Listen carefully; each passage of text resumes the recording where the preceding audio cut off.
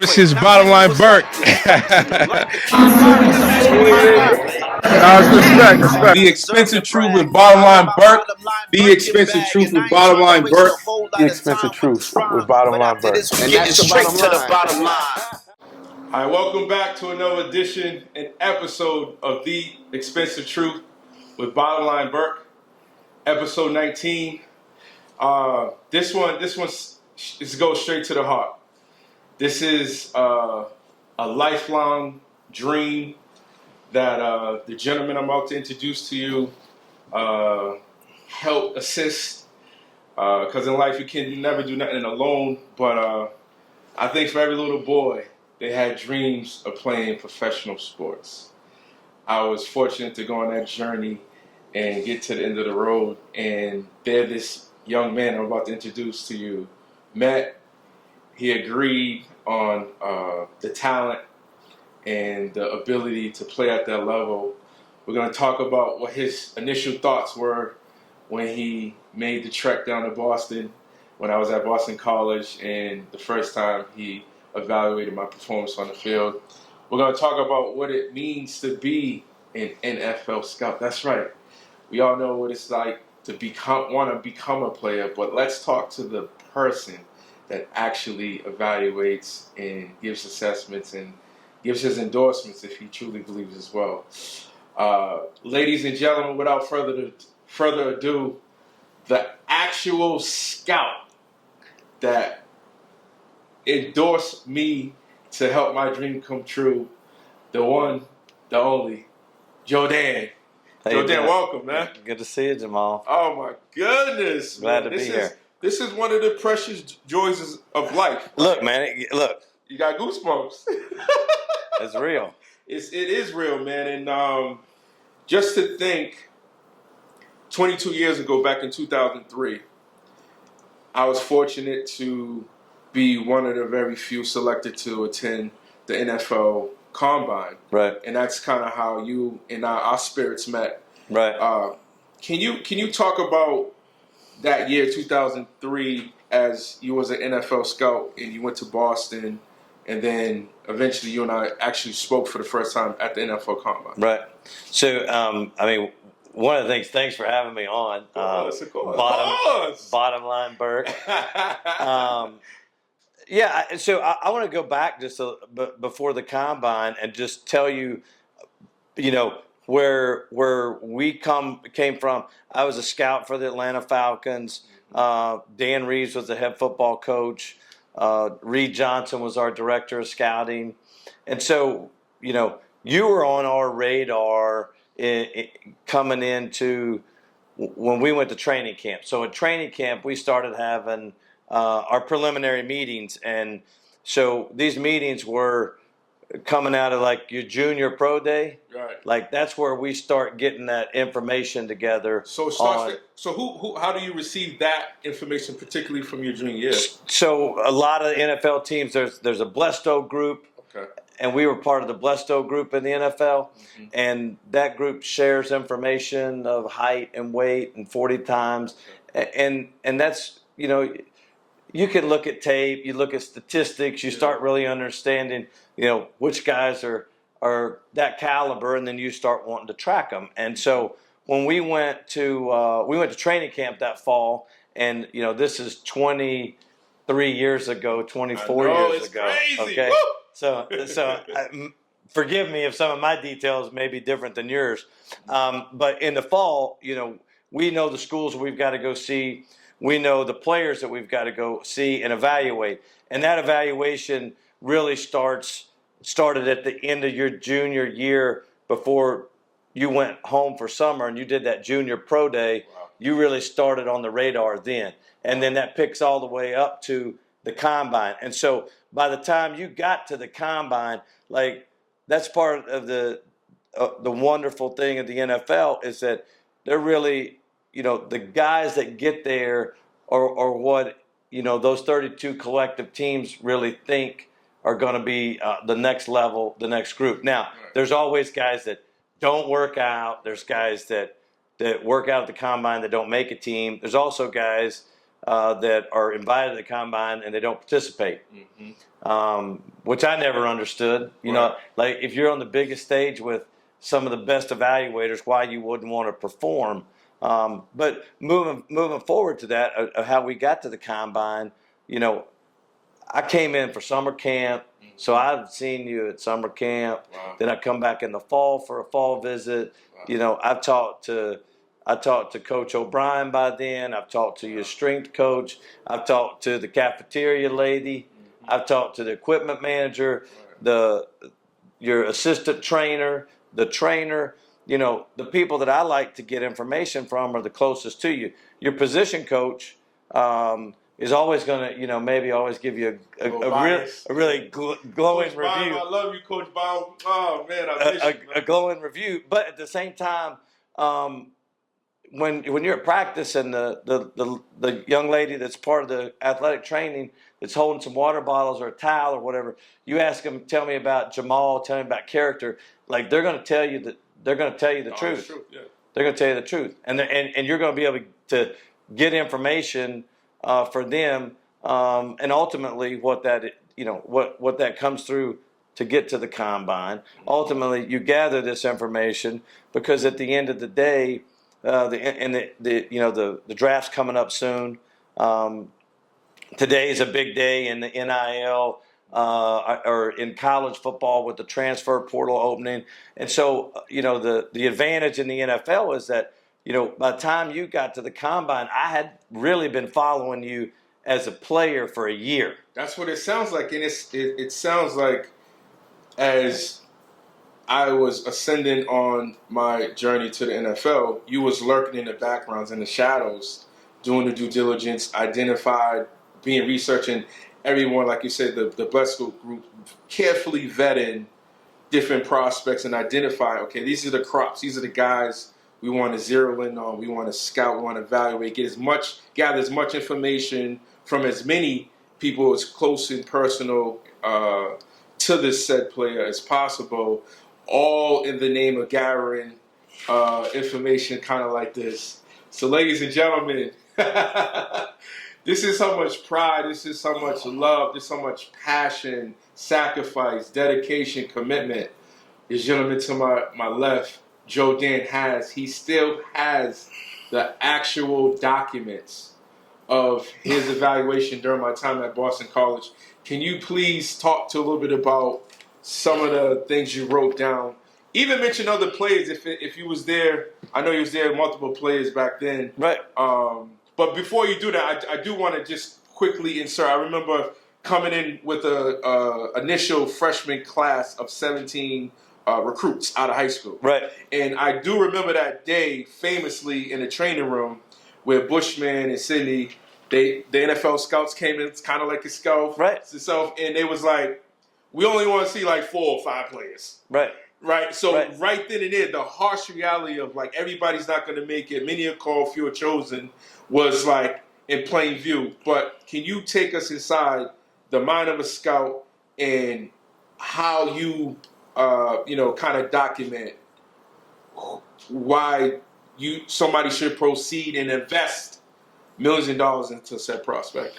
I mean, and I may not say this exactly how you want to hear it, but what we're trying to find is a redeeming quality. Okay, wow.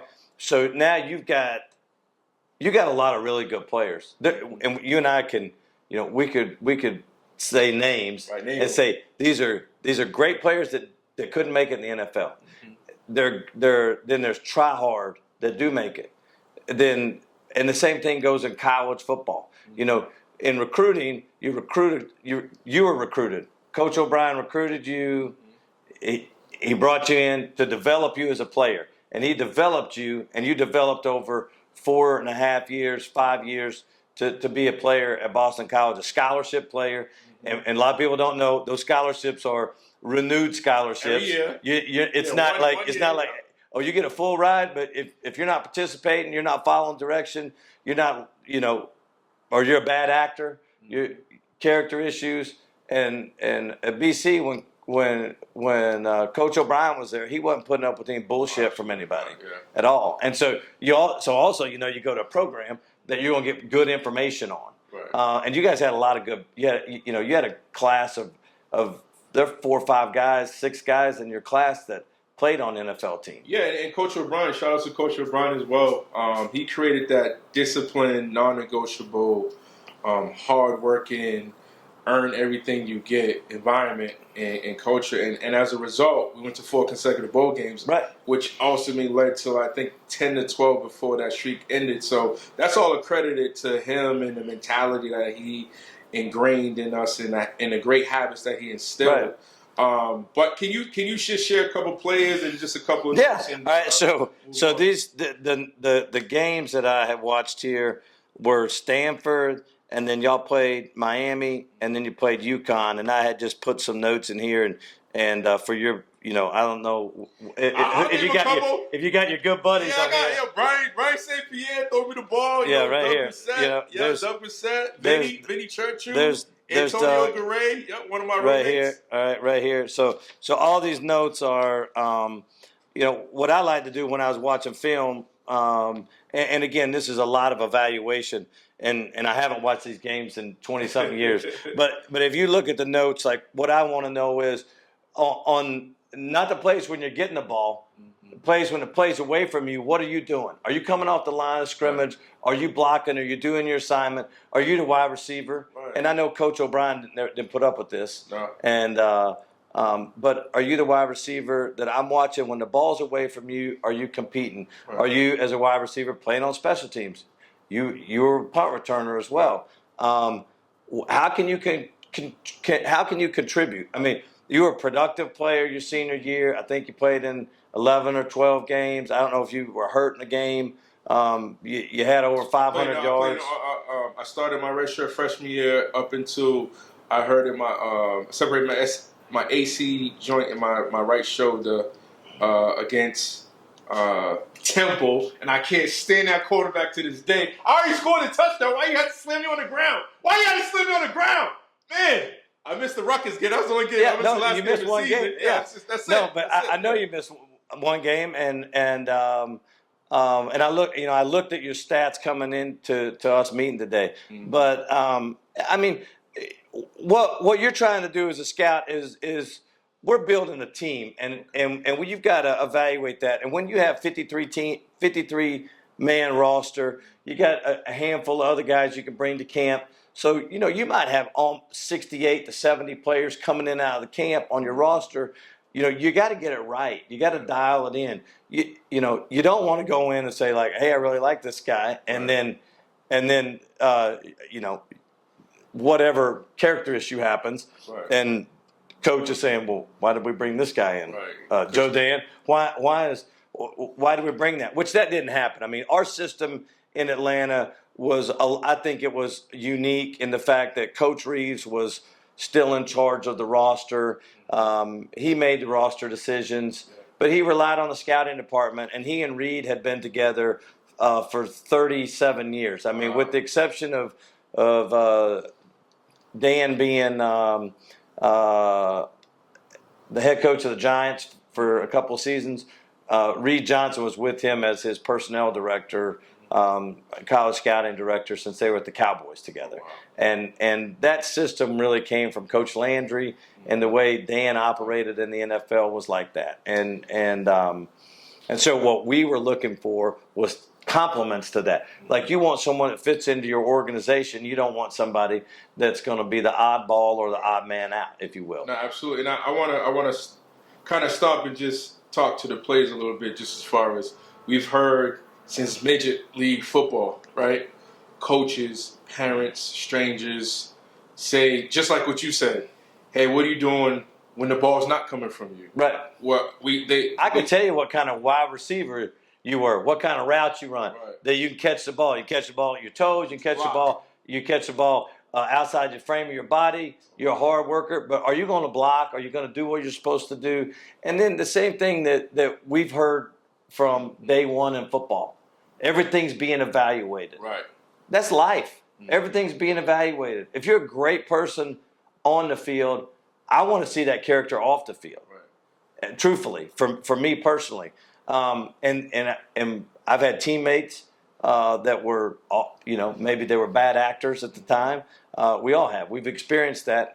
Obviously, we've all probably made some mistakes going along the way as well. But you want somebody that fits in. And the main thing that I talk about a lot now, and I talk to a lot of young football players, is, what are you doing when the ball's away from you? Are you 100% max effort? Are you coming off the ball? Are you having fun, right? Are you having fun and enjoying it? And at the end of the day, being productive and being a good teammate. There's only 11 guys can go on the field. Right. There's 100 standing on the sideline in college, Right. and there's another 50 standing on the 45 standing on the sideline in the NFL. And so when it's your turn to go, you got to go. And you also, part of that cliche of know your role, like you got to know your role. No, absolutely. Well said. And man, it's just so many confirmations and verification just listening to you. Like I said, over my 2-decade football career, just so many coaches and players who graduated come back and say, this is what they're looking for. They're going to talk to the teacher. They're going to talk to the trainer, like you said. Can you kind of describe as a scout what's your days like on both when a combine day, as well as the NFL draft day? Sure. But the draft day is the fireworks. Okay. I mean, when all these guys go to Green Bay to do the draft, most you'll see on TV, the Cowboys are at their home, the Falcons are at their home, the Ravens, the Chiefs, wherever, they're all in their home office, ready to move, ready to make decisions. Right. They've got their draft board set up. There might be some guys that they think, hey, we could trade or we could make some moves. So that is the last. That's the day. Right. The combine is this opportunity that gets you away from Boston College or the player away from school.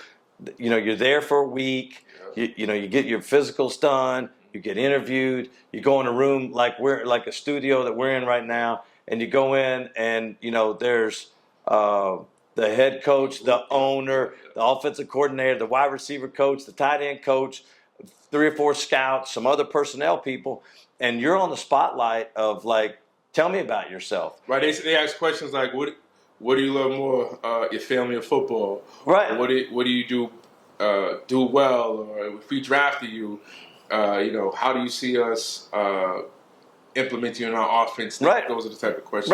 Right. And I think that's more of a time to get to know you in a scenario. And, you see some good outtakes that the NFL Network has shown. There's guys laughing.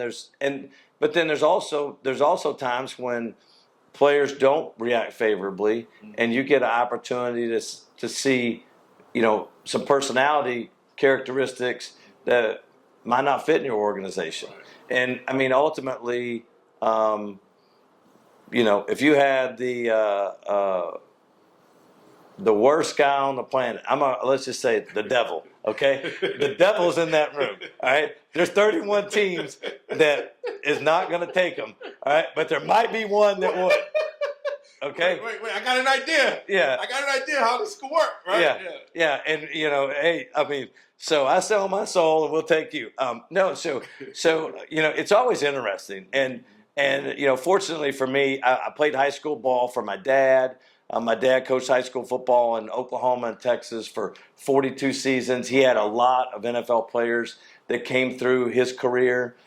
He was a freshman coach at Big Spring, Texas, when Darryl Green in 1975. Wow. Darryl Green was a part of that team. And Redskins, Darryl Green. Yes. Okay. Yes. And that was when that was the time. That was right before I was born, actually. What position did you play? I played running back in high school and defensive back, and then I played. Okay. Then I went on to play DB. I see the love for Darryl Green. Yeah. And then I played defensive back at Oklahoma in the '90s. I was a walk-on. Okay. and part of that's my personality. But I played for my dad. I walked on at Oklahoma. I had a leg injury, and I had to sit out a couple of years. But I came back and played in 1996 and 97 and played with a lot of great players. We went through a transitional time at Oklahoma. Coach Snellenberger was there for 1 year. Like, this is a great trivia question that if you said, was Howard Snellenberger, true or false, was Howard Snellenberger ever a coach at Oklahoma? Most people will get it wrong. Right. He was there for one season, and then Coach Blake, who passed away a few years back, was my head coach there my junior and senior season. But I took that experience into I always wanted to coach football and got an opportunity to be a graduate assistant, be a position coach, be a coordinator at the collegiate level, and then worked into the personnel side of things. And then became a scout for the Falcons. So is that, in so 2002. So 2002. So is that the route kind of? Okay, you played at Oklahoma, and then post that, you didn't get the NFL opportunity, so you want to coach. You always want to coach. So did you do the GA route, and then somebody one day said, "Hey, have you ever considered a career path scouting?" I guess, how did you wind up on a path to become an NFL scout? So back out to Boston College, okay? Boston College has been good to you, man. And I know. Road well traveled for you. So ironically, I was at Middle Tennessee as a graduate assistant for Boots Donnelly, and Doug Marrone was married Helen Donnelly, Coach Donnelly's daughter, and Doug and Bill O'Brien were really close. Danny Crossman. A bunch of guys, and Doug had recruited me when he was at the United States Coast Guard Academy. Okay, so just for my viewing audience, Doug Marrone is one of the great head coaches in the NFL. He's been coaching the NFL for over 10 years, right? 10 plus years. Right. And so Bill O'Brien, is currently the Boston College head coach that he referenced, as well as he was part of the Patriots when Tom Brady was there. He had that infamous banter back and forth with Tom, and he's with the New England Patriots. So, but go ahead, continue, please. No, and so, but I was at Middle Tennessee, and Bill O'Brien was at Brown, and the head coach at Brown was leaving. Mark Whipple was leaving to go to UMass. UMass Amherst. Yes. Yep. Okay. And so he was going to UMass, and Coach O'Brien called me. Bill O'Brien called me and said, Obi calls me and says, "Hey, the head coach for is here. The new head coach is here. He's got to hire a defensive backs coach." I get on the phone and hello. We talked for a few minutes and do the Joe thing. Yeah. Right. Be Joe. No, and I didn't even know where Providence, Rhode Island was. I promise you. He said it's in Providence, Rhode Island. I'm like, okay, sounds great. I'll be there in a couple of days. So I took that job up there and at Brown. Yes, sir. And and so then that kind of started that football journey that bobbed and weaved through a bunch of programs to get me into ultimately to the Falcons. But what I always enjoyed with my dad. I watched film with my dad since I was a little kid, and we started watching film. And back then, it was real film. It was a projector. Yeah, it was a projector, and you had but I helped him break down film. I helped him do the original cut-ups and stuff, and so I love that aspect of the game. I love sitting in the dark watching film, and it really just it just blossomed into a good career. And here I'm still loosely involved with some folks right now on just talking and talking about football players, talking about.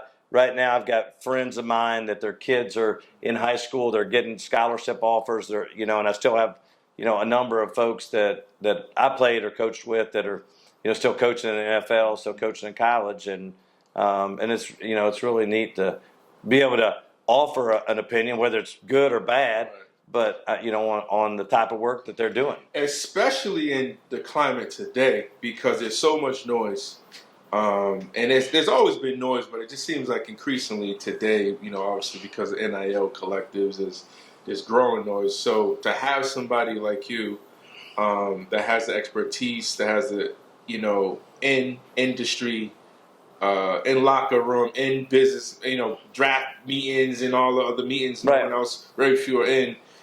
When you say something, it counts. And it's something that can actually really develop and change habits or change minds, because you're giving treasure, just like on this podcast. There's a lot of folks that when you hear them share or try to coach a player or try to train an athlete, you and I both know exactly what it takes. And so it's like it's mind-boggling how many people are given bad information, wrong information, to plays that actually have a shot. Now I think that it exponentially has gotten, obviously, difficulty for high school kids to go to college just because of the new landscape. Now that when I was coming up, you do JUCO, and that's 2 years eligibility that you forfeited, so you have 2 years in the NCAA. Right. Now you could do JUCO and you still have 4 years. Right. Now college coaches are opting to or preferring to look at the portal to kind of build up their team as opposed to the traditional way of high school athletes. What's your thoughts on just the evolution of what it once was and what it currently is? Well, I mean, the landscape has completely changed. Yeah. I mean, I want to go back and get some of my NIL money. You know what I mean? Yeah. I mean, even at a little school like Oklahoma, you had somebody buy you a steak dinner or something like that, and everybody was saying, "Oh, the NCAA or whatever," that you'd worry about getting in trouble over that. I mean, all of that stuff was really strict. They were really strict over about a tattoo or what it could over a dinner. All of it. And so you got the landscape's completely changed, and what you've inserted in here is big business. I mean, it's really big business, and you're talking. I don't know what the statistics are right now, but they're not great. Even players that complete their career in the NFL that go on and struggle financially, struggle with a dependency, or can't really find their way in the world. Like you and I talked about before, finding their way in the world into a professional aspect of it. And I think collegiately, when you played for a head coach that you were bought into. I played for a head coach that I was bought into. I was raised with that. And now these players, the allegiance is not there. And I, so now you ask me, the business aspect of it, hey, making money, the pride aspect of being a part of a team, being a part of a group, maturing, staying there, that's where I see the growth happening. And I think that there's going to be, there's some kids that this past weekend there was some controversy surrounding. Yeah, we're going to get into that a little bit. Yeah, surrounding Tennessee. But I think it's unfortunate. I think that there's a lot of misinformed parents. I think there's a lot of people that are misinforming players as well. And so, at the time when you're young, you're a young man, you're in your 20s, or you're in your late teens, early 20s. Sometimes you just want to hear what you want to hear, man. Right. Hey, I can get you this or whatever it may be. Maybe that's what you want to hear, and I think it's unfortunate. At the same time, the competitive landscape's out there. I mean, you look at what Notre Dame did this year as a team with a third-year head coach, and they all bought in. Right. And you look at the production that they had, and I'm not just singling them out, but I really paid a lot of attention to their roster because they haven't had a lot of movement. Right. On the other side, the teams that have had a lot of movement, haven't had a lot of success. No, that's absolutely true. And we're going to take a commercial break, and we're going to be right back after this and talk a little bit more about that success.